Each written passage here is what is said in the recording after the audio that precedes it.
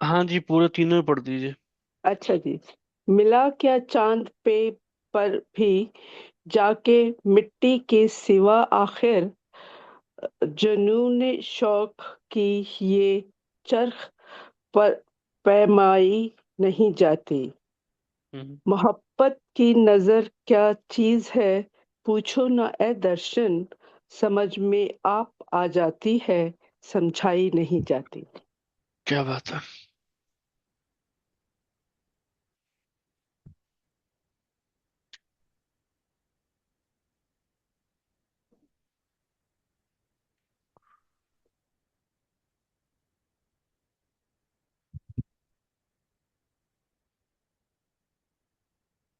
ठीक है, तो पहला शेर लेते हैं। वफा से बढ़कर। वफा से बढ़कर दुनिया में बढ़ के दुनिया में कोई शय हो नहीं सकती। कोई शय मगर सकती। शक्ति, मगर ये जिन्स मगर ये जिन्स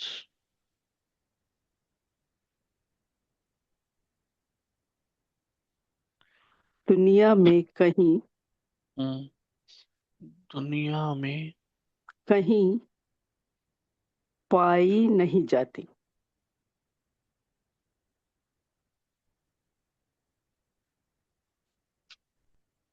पाई नहीं जाती। ठीक है। जी। तो महाजी फरमा रहे हैं कि वफा से बढ़ के दुनिया में कोई शय हो नहीं सकती, मगर ये जिन्स दुनिया में कहीं पाई नहीं जाती। तो महाजी कह रहे हैं कि जो वफा है, जो ऑनेस्टी है, जो ईमानदारी है, या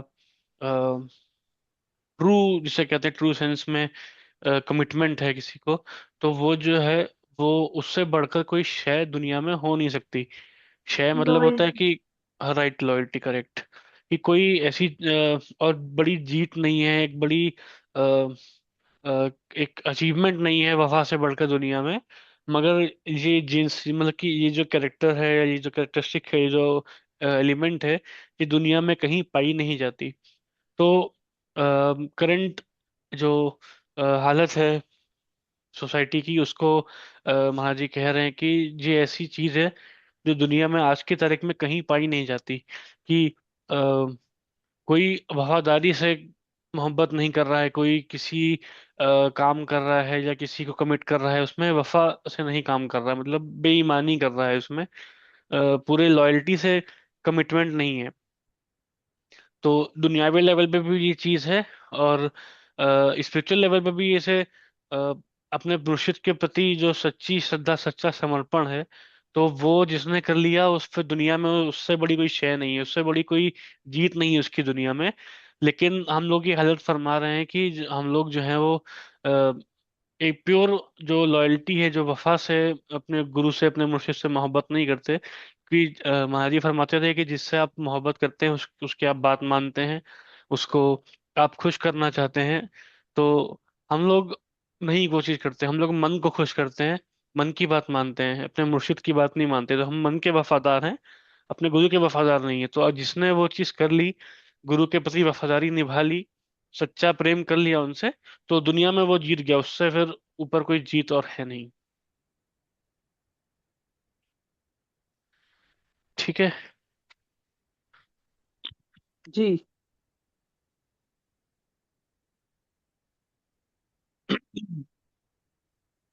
नेक्स्ट शेर है। मिला क्या चांद पर भी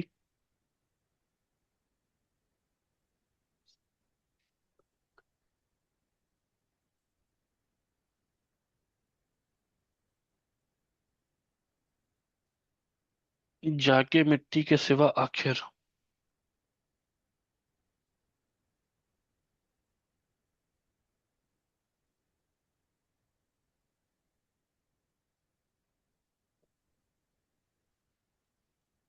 जुनून शौक की ये चरख पैमाई नहीं जाती।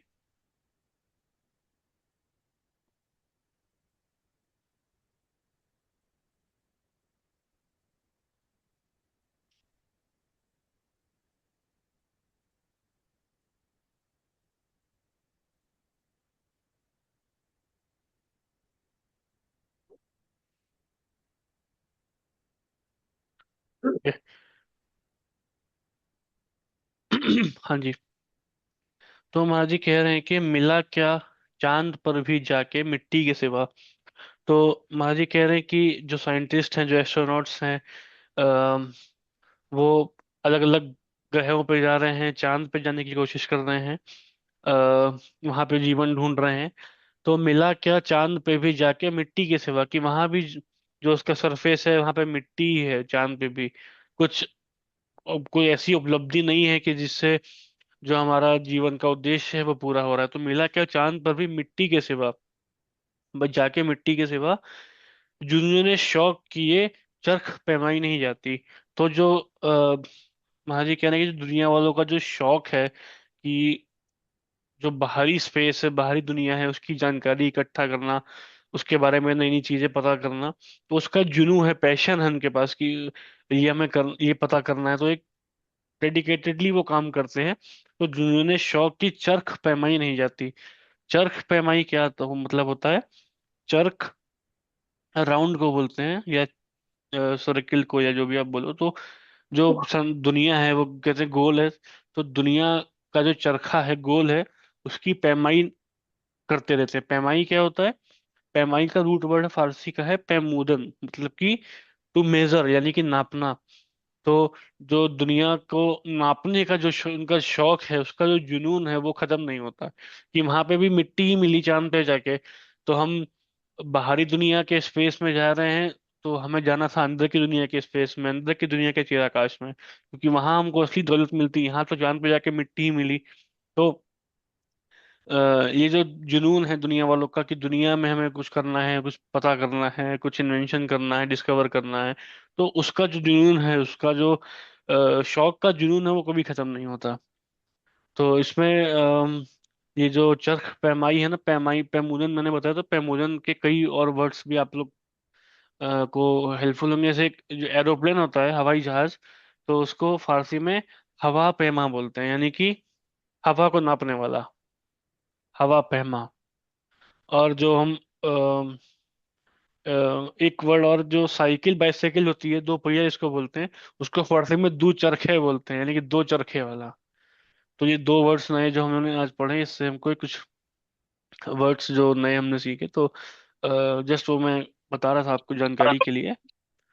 उसका शेर से मतलब नहीं है, लेकिन जो शेर का मतलब है वो यही है कि जो दुनिया वालों का जो शौक है कि दुनिया के बारे में कुछ हमें बड़ा करना है, तो उसका जो जुनून, जो पैशन है, वो उसकी जो पैशन है कि हमें दुनिया का जो चक्कर लगा लगा के उसकी उसका नापना है, मतलब एक सेंस में यूज करते हैं नापना, कि घूमना, वहां पे पूरा घूम घूम के नाप रहे हैं। तो अम, तो वो चीज खत्म नहीं होती लोगों की, कि भाई यहाँ कभी कुछ देख लें, वहां कभी जान लें। तो वही महाराज जी फरमा रहे हैं। ठीक है।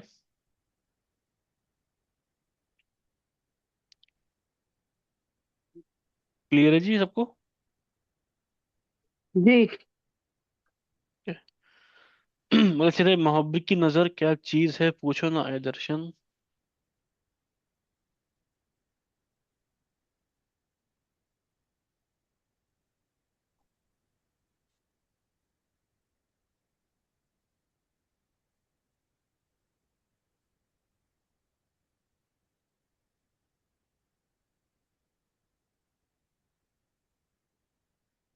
पूछो ना आए दर्शन, समझ में आप आ जाती है, समझाई ना जाए।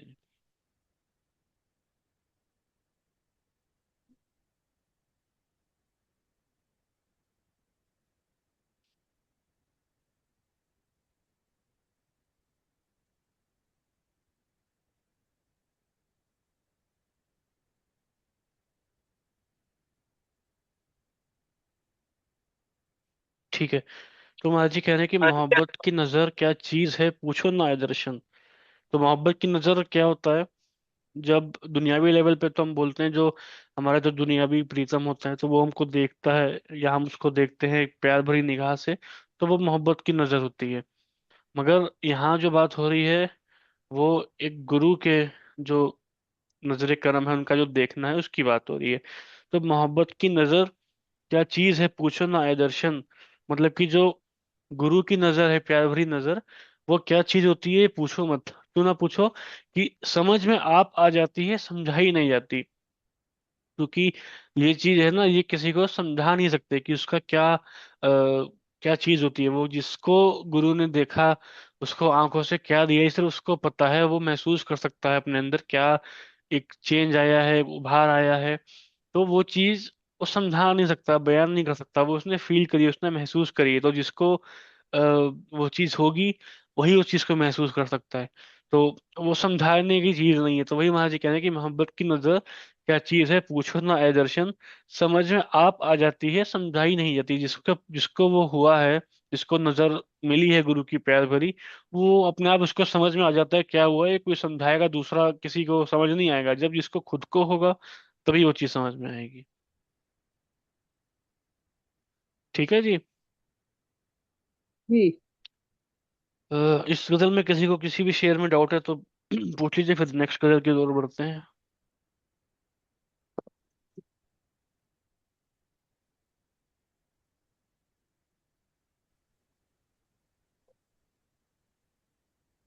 ठीक है, तो आसान से है ना।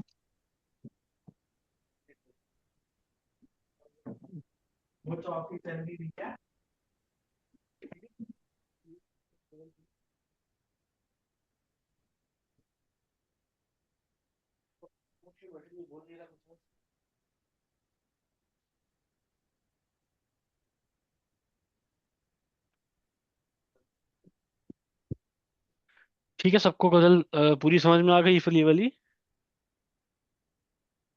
जी। बाकी सब लोग जी। खामोश बैठे हैं, कोई कुछ बोल नहीं रहा। जी हाँ जी। No no, good, all good. Okay जी। जी। तो कोई और अभी जो नेक्स्ट गजल के शेर भेजे थे वो पढ़ ले।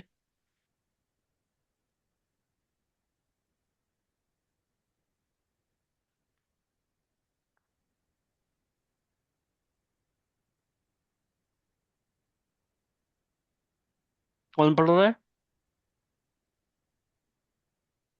तेरे बगैर। जी, वही वाला।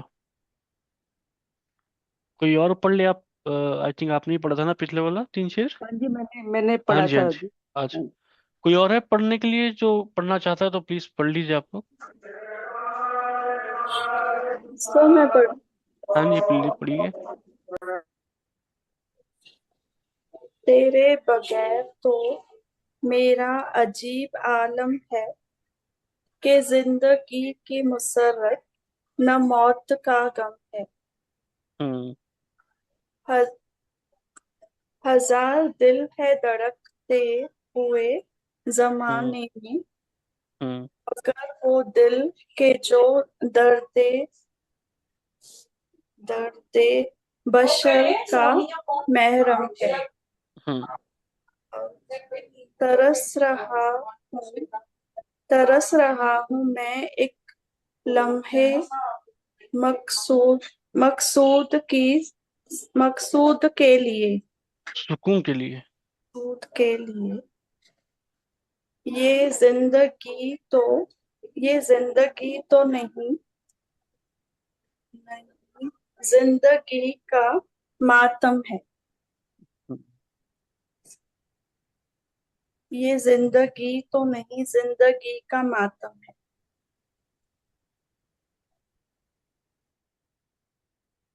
बहुत बढ़िया।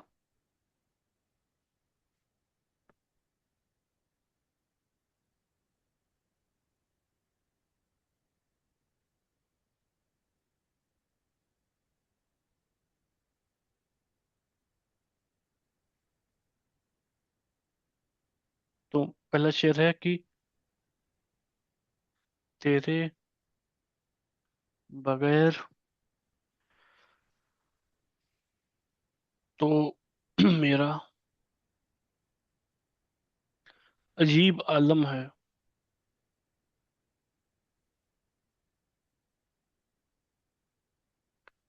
कि जिंदगी की मसरत ना मौत का गम है।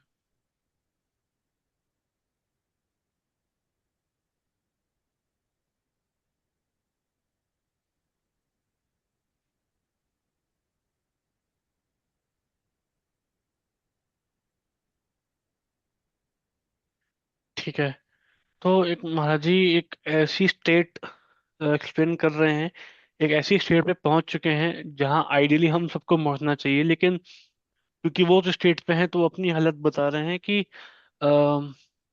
जब मुर्शिद हमारे पास नहीं होते तो क्या हालत होती, क्या सिचुएशन होती है कि तेरे बगैर तो मेरा अजीब आलम है कि आप हमारे साथ नहीं हैं, आपके बिना हूं मैं तो मेरा अजीब ही आलम यानी कि कैफियत या हालत, तो अजीब ही कैफियत हो रखी है। क्या अजीब हो गया कि जिंदगी की मसरत ना मौत का गम है। मसरत का मतलब क्या होता है? खुशी। खुशी।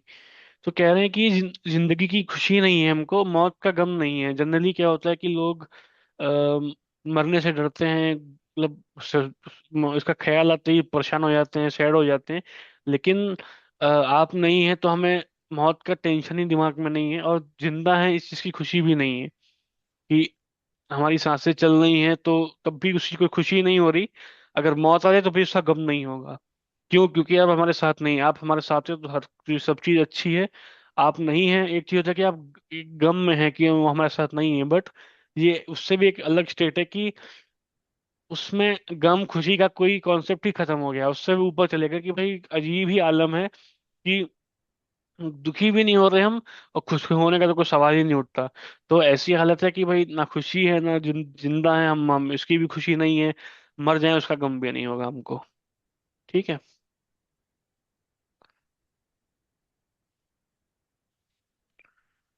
केवल हजार दिल हैं धड़कते हुए जमाने में।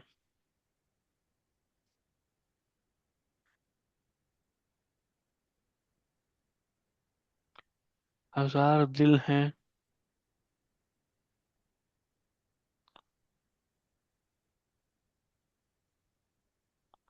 धड़कते हुए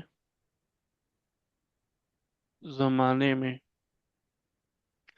मगर वो दिल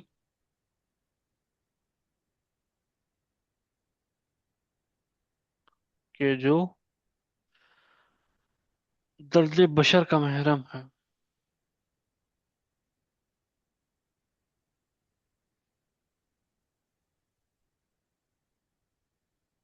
ठीक है।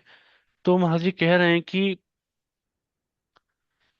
गुरु जो होता है, पूर्ण महापुरुष होता है, तो उसमें क्या अलग होता है बाकी इंसानों से कि दुनिया में हजारों दिल हैं, लाखों करोड़ों दिल हैं, कई सारे लोग रहते हैं, सब लोग दिल रखते हैं। तो जो जिंदा लोग हैं उनका दिल धड़क रहा है, मतलब कि हजार दिल हैं धड़कते हुए जमाने में कि कितने लोग, लाखों करोड़ लोग जिंदगी में जिंदगी है चल रही है, जिंदा है। लेकिन जो गुरु एक होता है वो कैसा दिल होता है? वो दर्द बशर का महरम होता है। मतलब हम सब तो अपने दर्द में इतना डूबे होते हैं कि हमको अपने लिए हेल्प की जरूरत है तो हम किसी और को क्या हेल्प करेंगे। लेकिन जो गुरु होता है वो अपने किसी भी हालत में हो, किसी भी एज पे हो, लेकिन वो सब जो उनके शिष्य हैं या नहीं हैं या जो भी कायनात में और भी अ, आत्माएं हैं, सबके दर्द का वो महरम होता है। महरम मतलब क्या होता है? गाइड। मतलब दर्द बांटने वाला, जो उनके दर्द को समझ सकता है। उनके जैसे ए, एक गुरु ही है जो जिसके पास ये क्षमता है कि वो बाकियों के कर्म अपने ऊपर ले लेते हैं और उनके दर्द को हल्का कर देते हैं। तो ये गुरु के पास ये क्षमता है, बस पूर्ण महापुरुष के पास क्षमता है। और वही ऐसा दिल है जो दूसरे के दर्द को बांट सकता है, कम कर सकता है। बाकी सब तो अपने ही गम में परेशान है, वो दूसरों को क्या हेल्प करेंगे। ठीक। तो मगर वो दिल जो दर्द बशर का महरम, बशर यानी कि इंसान, तो इंसानों के दर्द का जो महरम है, जो उसको बांट सकता है, उसको कम कर सकता है, वो एक ऐसा दिल है जो कि पूर्ण महापुरुष का होता है। ठीक है जी।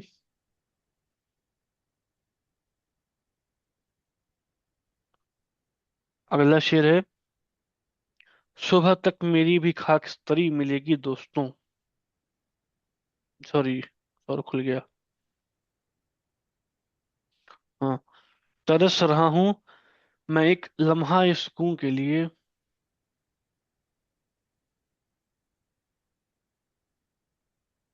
तरस रहा हूँ मैं एक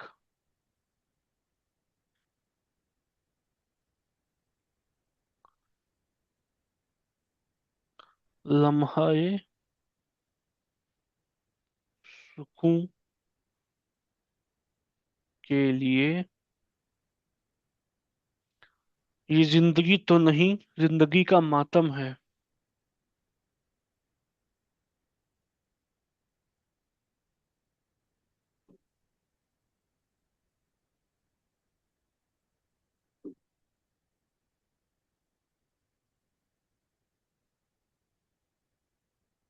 ठीक है।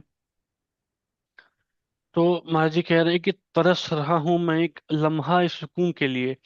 सुकून मतलब क्या होता है? पीस। या पीस, या शांति जिसे कहते हैं हिंदी में। तो तरस रहा हूँ एक लम्हा इस सुकून के लिए, मतलब मैं तरस रहा हूँ एक एक एक लम्हा जिंदगी में मिल जाए, सुकून से बैठने का, सुकून से रहने का। ये जिंदगी तो नहीं, जिंदगी का मातम है। मतलब कि ऐसी जिंदगी चल रही है जो दुखों से, गम से भरी हुई है। तो जिंदगी थोड़ी जी रहे हम तो, एक जिंदगी का मातम हो रहा है, ये दुखों से भरा हुआ। एक एक लम्हा हमारा है, एक भी लम्हा उसमें से ऐसा निकल नहीं रहा जो सुकून भरा हो। और जो हमारे जिंदगी का असली पर्पस है, जो आत्मा की उड़ान करनी है, तो असली जिंदगी तो वो है हमको जीनी है, जो जो आत्मिक लेवल पे जीनी है, जिसके लिए हमको ये इंसान का चोला मिला हुआ है। तो वो जिंदगी जो असली जिंदगी है, वो हम अगर जी रहे होते तो इसे, तो वो असली जिंदगी होती जो हम अभी जी रहे हैं दुनियावी लेवल पे। तो सिर्फ गम है, हर चीज में दुख है। कोई कर्म कैसे काट रहा है, कोई कैसे कर्म काट रहा है, किसी को कोई दुख है, तो सब कोई दुखी है। तो जिंदगी का मातम हो रहा है। जब हम जो असली जिंदगी वो जिएंगे, तब हमको सुकून के लम्हे मिलेंगे। जो महाराज जी बता देते हैं कि अंदर की दुनिया शांति से भरपूर है, सुकून से भरपूर है, वो असली जिंदगी है। तो जब वो असली जिंदगी हम जिएंगे, तब असली जिंदगी का हमको जो सुकून के लम्हे मिलेंगे। अभी तो जो जिंदगी हम जी रहे हैं वो असली जिंदगी नहीं है, वो तो मातम है जिंदगी का। असली जिंदगी तो अंदर है, ये तो जिंदगी का मातम चल रहा है जो हम बाहर के रूप में जी रहे हैं। ठीक है। तो तीनों चीजें क्लियर हो गए सबको, या कुछ डाउट है तो पूछ लीजिए।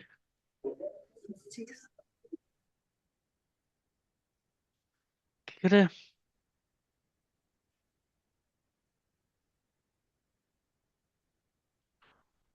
सब लोग चुप बैठे हैं, आज क्या हो गया भाई?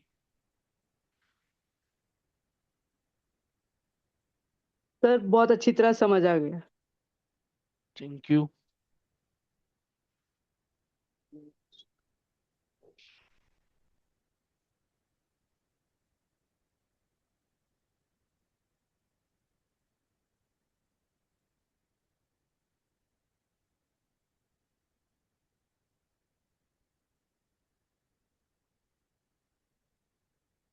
अगले शेयर में फोटो भेज रहा हूँ ग्रुप पे।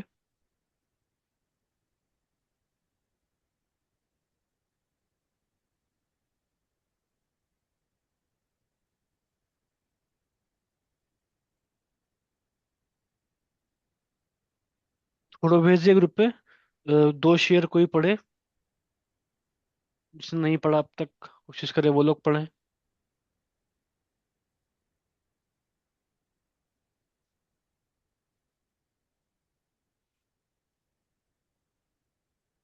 कौन पढ़ रहा है जी?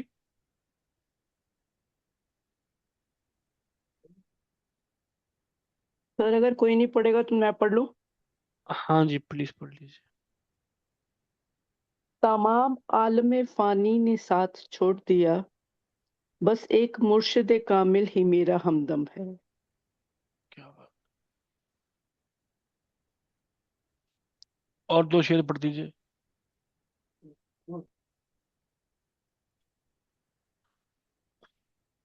अच्छा जी।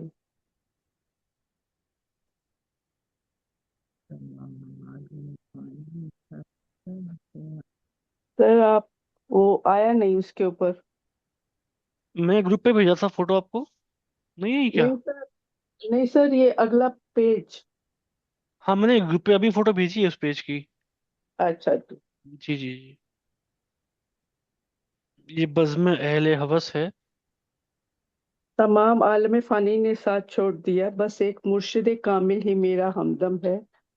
ये बज़्म अहले हम्म। ये बज़्म अहले हवस है, यहाँ हम्म। खुलूस कहाँ। हम्म। यहाँ तो जाम बहुत है, शराब ही कम है। क्या बात। तेरे निसार तेरे निसार मुझे तूने बख्श दी जन्नत, तेरा ख्याल ही रंगीनियों का आलम है। क्या बात। वो और हैं जिन्हें अपना ही गम है ए हमदम, हमारे दिल में तो सारे जहान का गम है। सर सारी पढ़ दूं? नहीं नहीं, ठीक है, इतना ले लेते हैं पहले, देखते हैं टाइम के हिसाब से।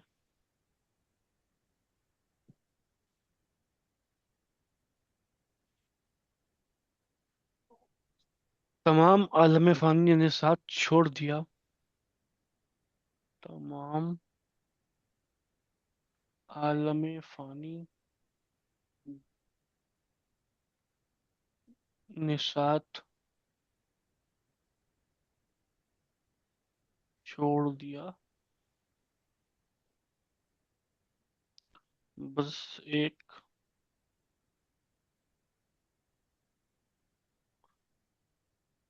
मुर्शिद कामिल मुर्शिद कामिल ही मेरा हमदम है।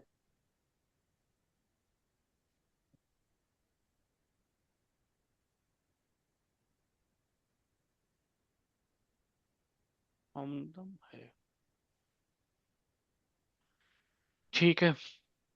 तो माजी कह रहे हैं कि बिल्कुल सच बात है जो शेर में क्लियरली समझ में आ रही है। आलम फानी का मतलब क्या होता है?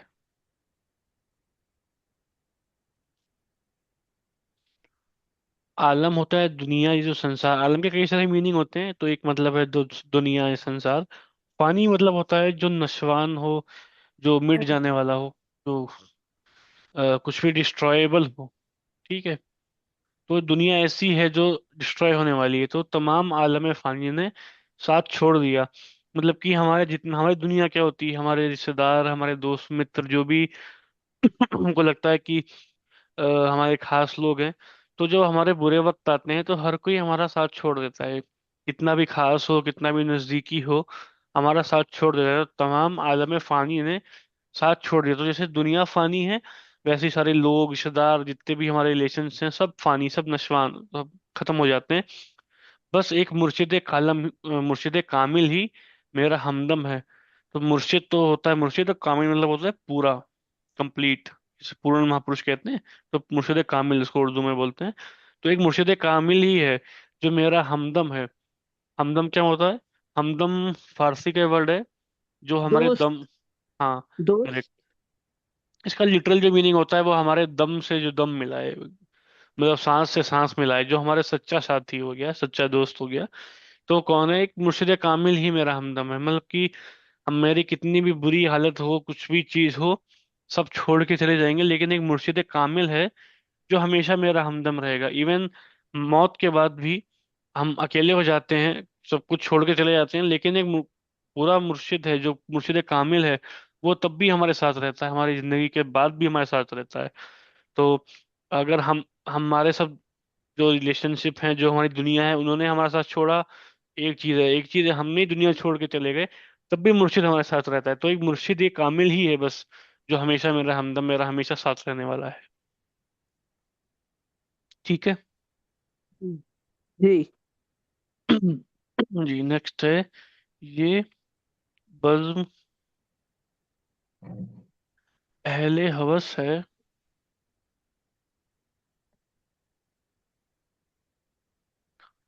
यहाँ खलूस कहाँ।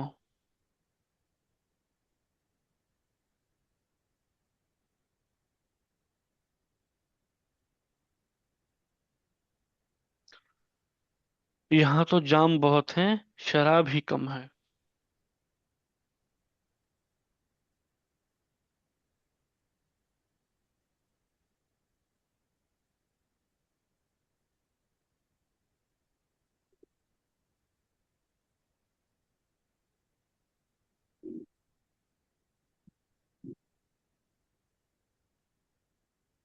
है। ठीक है। तो महाराज जी कह रहे हैं कि ये वज्र में अहले हवस है, यहाँ खलूस कहाँ। तो जैसे कृपाल सिंह जी महाराज फरमाया करते थे कि दो टाइप के इश्क होते हैं, एक इश्क हकीकी, एक इश्क मिजाजी। तो इश्क हकीकी वही इश्क है जो डिवाइन लव जिसको बोलते हैं, जो परमात्मा और एक बंदे का होता है या मुर्शिद और उसके शिष्य का होता है। वही इश्क हकीकी, असली इश्क जो है वो स्पिरिचुअल लेवल पर ही होता है। बाकी जो भी दुनियावी इश्क हैं वो सब इश्क मिजाजी हैं, यानी कि वो मूड के हिसाब से इश्क हो जाता है, मूड ना हो तो फिर इश्क नहीं होता है। तो वही चीज कह रहे हैं कि ये जो बज़्म है, यानी ये जो दुनिया है, सोसाइटी है आजकल की, वो अहले हवस है, यहाँ खलूस कहाँ। मतलब कि वो अहले हवस वही है कि जैसे कहते हैं कि या तो जो इश्क हकीकी है वो इश्क है जो इसकी मिजाजी है, या तो वो अटैचमेंट है, मोह है, या लस्ट है, या हवस है। ठीक है। वो इश्क है नहीं। तो वही कहने की ये बज़्म अहले हवस है। तो ये जो दुनिया है जो इश्क इश्क बोलते हैं कि सबको इश्क है, वो इश्क नहीं है, वो हवस है। तो और हवस जो है वो कभी परमानेंट नहीं रहती, कि वो चेंज होती रहती है हमेशा। लेकिन जो खलूस मतलब होता है कि जो सच्चा एक अ, सच्ची श्रद्धा से किया हुआ इश्क है, तो क्योंकि वो हवस है, वो टेम्परेरी है, वो रियल इश्क नहीं है, तो वो खलूस नहीं है। इश्क वो मिजाजी है। इश्क मिजाजी है, बिल्कुल। वो खलूस यानी कि वो ऑनेस्टली, वो जो लॉयल, या जिसे कहें कि फुल डेडिकेशन से किया हुआ है, वो सिर्फ एक मुर्शिद और शिष्य का ही इश्क होता है। वो भी मुर्शिद की दया से शिष्य कर पाता है, वरना मुर्शिद ही करते हैं। तो वही इश्क है। तो वो ये दुनिया जो है ये हवस की पुजारी है, अहले हवस है। मतलब कि आ, उनको जो असली इश्क है उसके बारे में पता ही नहीं है, तो वो करेंगे कहाँ से। तो वहां पे खलूस कहाँ मिल सकता है। यहाँ पे तो या हवस है, या अटैचमेंट है, या इसके मिजाजी इसको कहते हैं। तो यहाँ तो जाम बहुत है, शराब ही कम है। तो जाम जनरली ग्लास को बोलते हैं, कप को बोलते हैं। तो उसको सिंबॉलिकली बोला गया है कि जो लोग हैं यहाँ पे वो सब जाम है, लेकिन उनके अंदर जो है शराब ही कम है। मतलब कि इसका एक मीनिंग हो सकता है कि जो नॉलेज है, जो विजडम है, वो नहीं है, कि असली इश्क के बारे में उनको पता ही नहीं है। और अ, बस खोखला, क्या बोलते हैं, खोखले, जैसे जाम खाली हुआ है तो वैसे खोखले हैं सबके दिल की भाई। बस वो हवस को इश्क समझे बैठे हैं, असली में वो इश्क नहीं है। लेकिन जो उसका एक और मीनिंग वो ये है कि जब अंदर से इश्क आता है, जो आत्मा का इश्क है, जो मुर्शिद के थ्रू वो हमको करते हैं, फिर हम रिस्पॉन्स करते हैं, तो वो जो इश्क आता है तो हमारा जाम भरता है, जो रूहानी सुरा से हमारा जाम भरता है ना, जो शराब जो क्या है कहा जा रहा है इसको। तो तब असली इश्क जो होता है, खलूस इश्क जिसके कहते हैं, वो तब आता है। तो वो है ही नहीं यहाँ पे किसी के पास, क्योंकि सब दुनियावी हैं, मनमुखी हैं। मोस्टली लोगों को तो पता ही नहीं है क्या कॉन्सेप्ट है। एक पूर्ण गुरु भी है दुनिया में जिसको परमात्मा ने भेजा है इस अपना इश्क हमें देने के लिए। तो यहाँ जाम बहुत हैं, लोग बहुत हैं, लेकिन किसी के अंदर जो है वो खलूस इश्क नहीं है, क्योंकि उसके अंदर रूहानी सूरा नहीं हुई। ठीक है। जी। एक सेकेंड। काम करते हैं, क्या करना।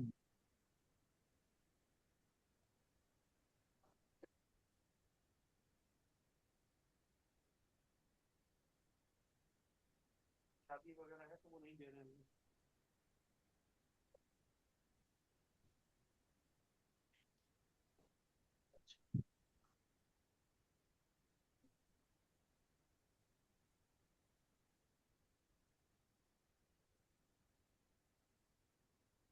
ठीक है।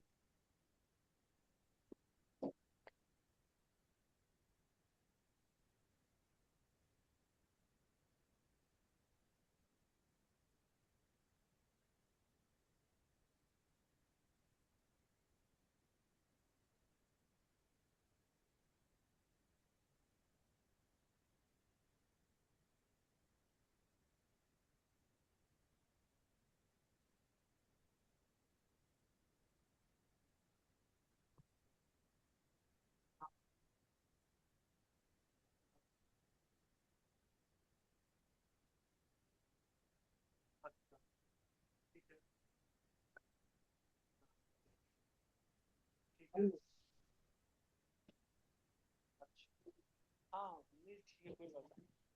हाँ हाँ।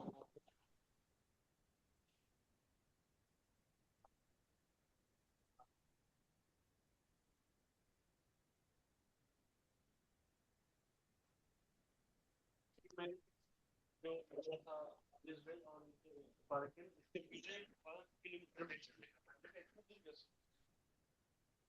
था। तो मैप पे गड़बड़ दिखा रहा है, जो भी रीजन है। तो आपने जो बताया, मैं सेवा में हूँ, क्लास ले रहा था ऑनलाइन वही उर्दू वाली, तो मैं वो करके ना।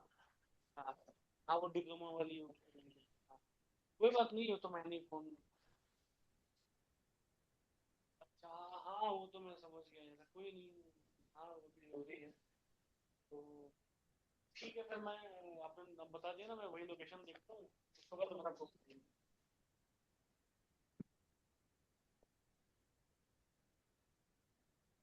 हाँ हाँ हाँ जी। हाँ, वो लोकेशन आपको देखता हूँ ना।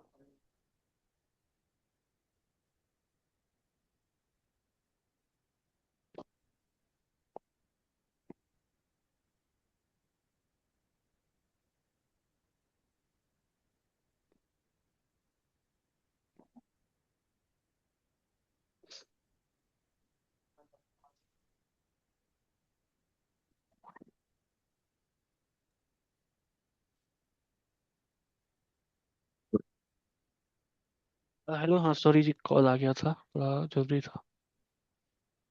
तो अगला शेर है, तेरे निसार। हाँ जी। जी जी। तेरे निसार मुझे तूने बख्श दी जन्नत।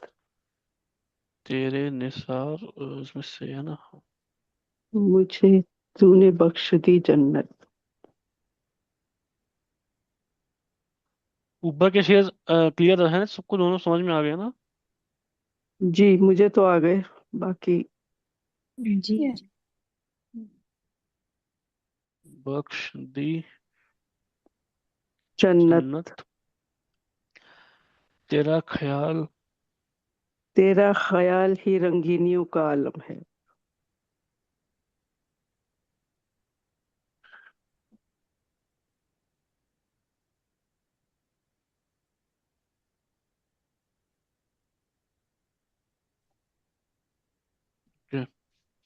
ठीक है, तो तेरे निसार, मुझे तूने बख्श दी जन्नत, तेरा ख्याल ही रंगीनों का आलम है। मतलब कि महाराज जी कह रहे हैं कि निसार मतलब होता है ऐसे निसार होना।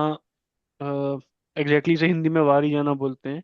तो पैदा मतलब, होना। हाँ करेक्ट, कि हम नाइस। आपके बहुत शुक्रगुजार हैं, आप पे हम अपने आप को अर्पण कर रहे हैं इस बात पे कि आपने हमको जन्नत बख्श दी। तेरा ख्याल ही रंगीनों का आलम, मतलब कि हम बस आपको याद करते हैं और हमारी जिंदगी इतनी खुशहाल हो जाती है, लगता है जन्नत में पहुंच गए। आप हमारे सामने नहीं भी हैं, हमारी कोई आपके साथ पहली मीटिंग थी पुरानी जिसको हमने याद किया, या कुछ सत्संग सुना आपका, किसी भी तरह से आपकी याद आई, किसी ने कुछ बात करी या कुछ भी, तो वो एक ख्याल आने से ही रंगीनों का आलम हो गया हमारे अंदर इतनी खुशी का आलम हो गया कि जैसे हमको जन्नत मिल गई हो। ठीक है, तो और जैसे एक और एंगल भी है कि मान लीजिए हम उनके याद में बैठे, ध्यान में बैठे, तो हमको अंदर में कुछ तड़प हुई, उनकी याद आई, उसकी वजह से हम और मोटिवेटेड होके बैठे, तो और हमारा जो है जन्नत का आलम हो गया, क्योंकि अब उस मोटिवेशन से हम और हमको बैठने का एक प्रेरणा मिली कि भाई शायद हमको उनके दीदार हो जाए, याद आई है तो उनसे मिलने का मन कर रहा है। या अगर हम बैठे और उनकी याद आई, कनेक्शन बन गया, उनकी दया मेहर हुई, तो हम अंदर की दुनिया में पहुंच गए, जो कि ऑब्वियसली खुशियों से भरपूर है, जन्नत भी फीकी होगी उसके सामने। तो वही है कि आपका ख्याल आना ही एक ऐसा रंगीन रंगीन, मतलब कलरफुल लाइफ, पूरा खुशियों से भरपूर, तो ऐसा आलम हो जाता है आपकी याद आती ही खाली। तो आपका बहुत शुक्र है कि आपने मेरे को ये एक चीज दी है कि आपकी याद एटलीस्ट मुझको आती है। कितने सारे लोग हैं जो जिनको पूर्ण महापुरुष से नामदान भी मिला हुआ है, लेकिन फिर भी उनको याद नहीं करते, दुनिया में फंस गए हैं, मन के जाल में फंस गए हैं। तो हम आपका बहुत शुक्रगुजार हैं आपके, कि आपने एटलीस्ट हमको ये जन्नत बख्शी हुई है कि आपका ख्याल हम एटलीस्ट हमको आता है। दुनिया में तो मन ने फंसा रखा है, बट फिर भी ख्याल आपका आता है। ख्याल आते ही जो भी मन ने धोखे फैला रखे हैं, जो कर्म काट रहे हैं, वो सब गायब हो जाते हैं, जन्नत के आलम में पहुंच जाते हैं, खुशियों के आलम में पहुंच जाते हैं, सिर्फ ख्याल से। ठीक है।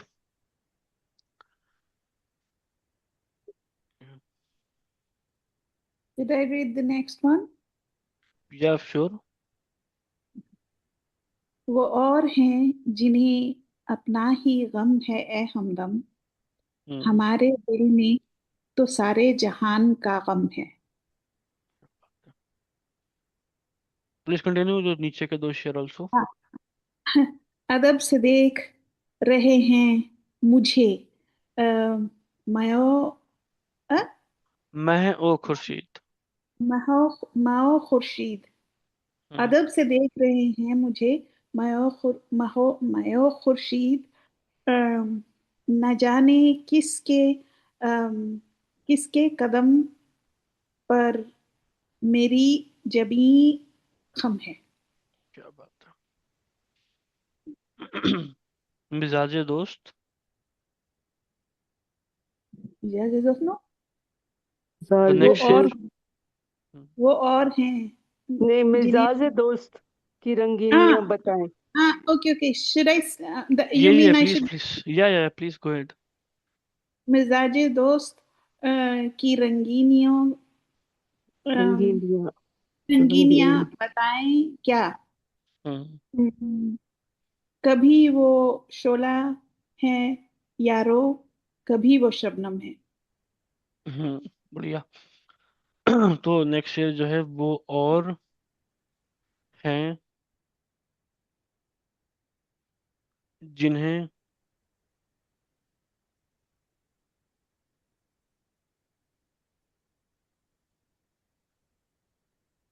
अपना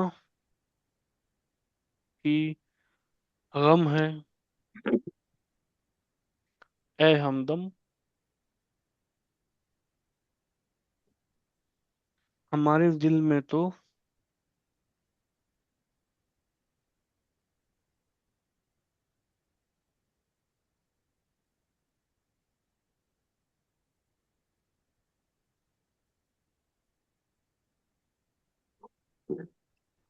सारे जहान का गम है। ठीक है। तो महाजी यहाँ पे अपनी बात कर रहे हैं। एक पूर्ण महापुरुष की जिंदगी क्या होती है वो बता रहे हैं कि वो और हैं जिन्हें अपना ही गम है ए हमदम। मतलब जितने भी दुनिया में लोग हैं और लोग हैं, जितने भी सारे लोग हैं, उन सबको अपना ही गम है। मतलब अपने ही गम में इतना परेशान है वो पूरे अपने से जिंदगी जिनकी रोजाना चल रही है, रोजाना चल रही है तो गम से भरी हुई है। हमारे दिल में तो सारे जहान का गम है। तो एक तो जो बाहरी रूप से हम देखते थे कि चंद्रशेखर जी महाराज कितना हर इंसान से मिलते थे, जो महाराज जी बताया करते हैं कि रात में लेट हो रहा है, कोई टाइम का कोई परवाह नहीं, सब लोग उनसे आके अपना दुख बांटते थे, अपना गम शेयर करते थे और सबकी बात सुनते थे, और सबको खुशी खुशी वापस भेजते थे। तो हमारे दिल में तो सारे जहान का गम है, मतलब कि सब अपना गम उनको बता रहे हैं तो भाई वो उन्होंने सबका गम सुना, तो उनके दिल में वो गम आ गया ना कि आप किसी से शेयर करते हैं कोई प्रॉब्लम, आपकी प्रॉब्लम कम हो जाती है बांटने से। तो सामने वाले के अंदर वो एक हिस्सा उसका चला जाता है। तो हमारे दिल में तो सारे जहान का गम है। तो ये एक तो ये चीज है कि बाहरी तौर से जब महाराज जी सबसे मिलते हैं तो वो प्रॉब्लम सॉल्व हो जाती है उनकी दया मेहर से, तो वो गम उनके पास भी आ जाता है उसका। दूसरा ये है कि आ, हम देखते हैं कि महाराज जी कितने लोगों को नामदान दे चुके हैं और दे रहे हैं। तो उस सबके गम उन्होंने अपने ऊपर ले लिए हैं। तो उनके अंदर उन सबके दिलों का गम है, जितने भी जो जितनी भी आत्माएं हैं उन सबका गम उन्होंने ले लिया अपने ऊपर। जो भी संचित कर्म थे, इतने सारे कर्म थे, वो सब उन्होंने अपने ऊपर ले ली। तो वो और लोग हैं जिनको अपने ही कर्म है, इतने हैं, गम है, वो उससे जूझ रहा है। लेकिन एक गुरु है जो जिनके खुद के कर्म नहीं है, बट फिर भी वो सब दुनिया का गम उठाने के लिए आए हुए हैं, सबकी प्रॉब्लम सॉल्व करने के लिए आए हुए हैं। तो हमारे दिल में तो सारे जहान का गम है। ठीक है।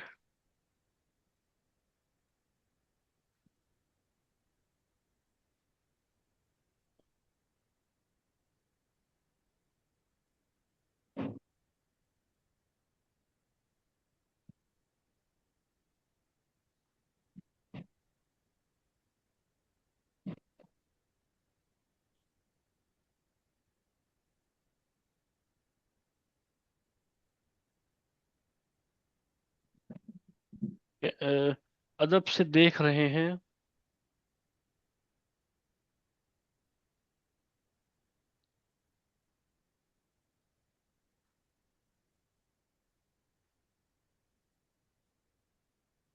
मुझे मैं हूँ खुर्शीद।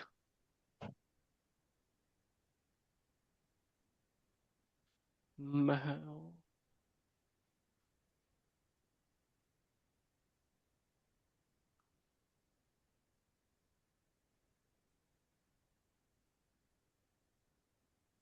खुर्शीद, न जाने किसके कदम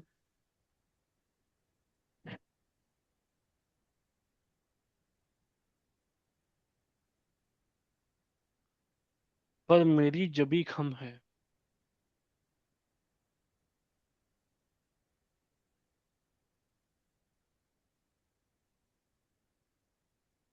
ठीक है, तो इसका जो लफ्जी मीनिंग है कि अदब से देख रहे हैं मुझे, मैं हूँ खुर्शीद। मैं बोलते हैं चांद को, मून को, और खुर्शीद बोलते हैं सूरज यानी सन को। ठीक है, तो अदब से देख रहे हैं मुझे, मैं हूँ खुर्शीद, न जाने किसके कदम पर मेरी जबी खम है। तो जो सूरज देवता है, चंद्र देवता है, वो हमको अदब से देख रहे हैं। मतलब नॉर्मल इंसान जैसा बिहेवियर नहीं कर रहे हैं हमारे साथ, एक अदब से, एक इज्जत से पेश आ रहे हैं हमारे साथ। ना जाने किसके कदम पर मेरी जबी खम है, यानी कि पता नहीं मैंने किस के जो कदमों पर अपनी पेशानी, अपनी माथा रखा हुआ है, किसके से आगे सर झुकाया हुआ है। तो ये इशारे में अपने मुर्शिद की तारीफ कर रहे हैं कि भाई हम हमारे मुर्शिद इतने ऊंचे हैं, इतने अव्वल हैं, इतने बड़े हैं कि चांद और सूरज भी जो है मुझको देख के अदब से पेश आ रहे हैं कि भाई उनका शिष्य है ये। और दूसरा मीनिंग इसका, एक एंगल ये भी हो सकता है कि अ, जो हम सुन सत्संगों में सुना है कि जब आत्मा अंदर की दुनिया में जाती है तो अ, अ, जो हमारे सदगुरु होते हैं उनके चरणों में, उनके कदमों में पहुंचते हैं जाके हम लोग पहले। तो किसके कदम पर मेरी जबी खम है, तो हम उनके कदमों में पहुंचे हैं। और इसलिए जो अंदर में जो चांद और सूरज होते हैं वो भी हमको इज्जत से मिल रहे हैं, अदब से पेश आ रहे हैं कि इतना बड़ा गुरु है हमारा, जो हम जो कहाँ से हमको लेने के लिए आया हुआ है। और क्योंकि हम उनके शिष्य हैं तो उनकी वजह से वो उनके शिष्य को भी इज्जत से देख रहे हैं। तो उनके कदमों पे हमने अपनी जबी खम करी हुई है। इसकी वजह से चांद सूरज जो है वो उनको तो सलाम करते ही हैं, हमको भी इज्जत से बात कर रहे हैं, नॉर्मल इंसान की तरह ट्रीट नहीं कर रहे हैं। ठीक है। क्या बात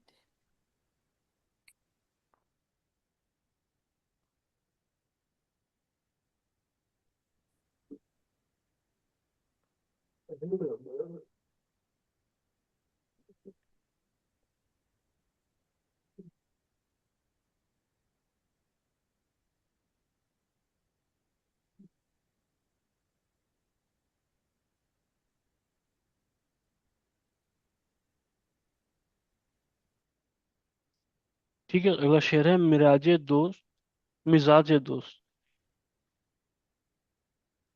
मिजाजे दोस्त की रंगीनियां,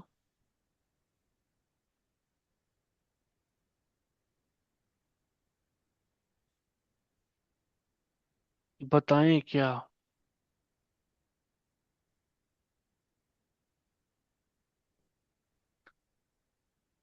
कभी वो शोला है यारों, कभी वो शबनम है।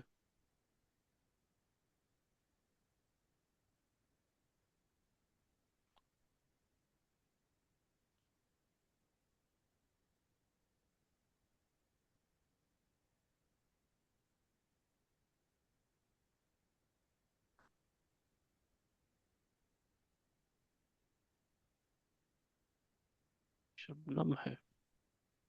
ठीक है, तो मिजाजे दोस्त की रंगीनियां, क्या रंगीनियां बताएं क्या, यानी कि जो हमारे हमारा दोस्त है, जो परमात्मा है, जो मुर्शिद हैं, उनका मिजाज की जो रंगीनी है वो क्या बताएं। मिजाज मतलब उनका नेचर, उनका मूड, उनका बिहेवियर जो है, वो उसकी अलग अलग रंग है उनके मिजाज में, उसको हम क्या बताएं। कभी वो शोला है यारों, कभी वो शबनम है। कभी तो वो शोले के जैसे गर्म है, चिंगारी, चिंगारी बोल नहीं, मतलब जो आग लगाता है, शोले से आग लगती है जैसे, तो कभी तो वो उसके तरह गर्म है, और कभी शबनम, यानी कि शबनम, मतलब कि शाम और नमी। तो शाम को जो नमी होती है वो ओस होती है, उसको शबनम बोला जाता है फारसी में। तो कभी तो वो शबनम की तरह ठंडे, एकदम कूल, इतना प्यार देने वाले और वैसे हैं, कभी शोला है, यानी कि आ, उनके उनकी जो रंगीनियां हैं, क्या बताएं, कभी तो हमसे वो ऐसे नाराज होते हैं, या हमसे नाराज होते नहीं है, जस्ट बिहेव करते हैं, हमसे दूरी बना लेते हैं कभी कभी, ताकि वो चाहते हैं कि हम और जो है उनके रास्ते पे बढ़ें, उनकी बात माने। और कभी वो इतना प्यार करते हैं कि हमसे अच्छा कोई है ही नहीं। और कभी कभी तो ऐसा बिहेव करते हैं कि भाई मान लो कि जैसे हम प्रेजेंट हैं, उनको पता ही नहीं है, हमसे बेरुखी चल रही है। तो वही है कि उनकी रंगीनी का क्या, उनका मिजाज है, उनका मूड ऐसे कहते हैं, महाराज जी की मर्जी होती है, उनका उनकी मौज होती है कि कब किस पे कर्म कर दे, तो वो उनकी मौज है, कभी तो सूखा पड़ा हुआ है, कभी इतना प्यार मिल रहा है। तो उनकी रंगीनी है उनके मिजाज की। ठीक है। Yeah, right. तो या तो ये जो शेयर दोनों पेज पे थे गूगल के, किसी को डाउट है तो आप लोग पूछ लीजिए, अदरवाइज वाइंड अप करते हैं फिर आज।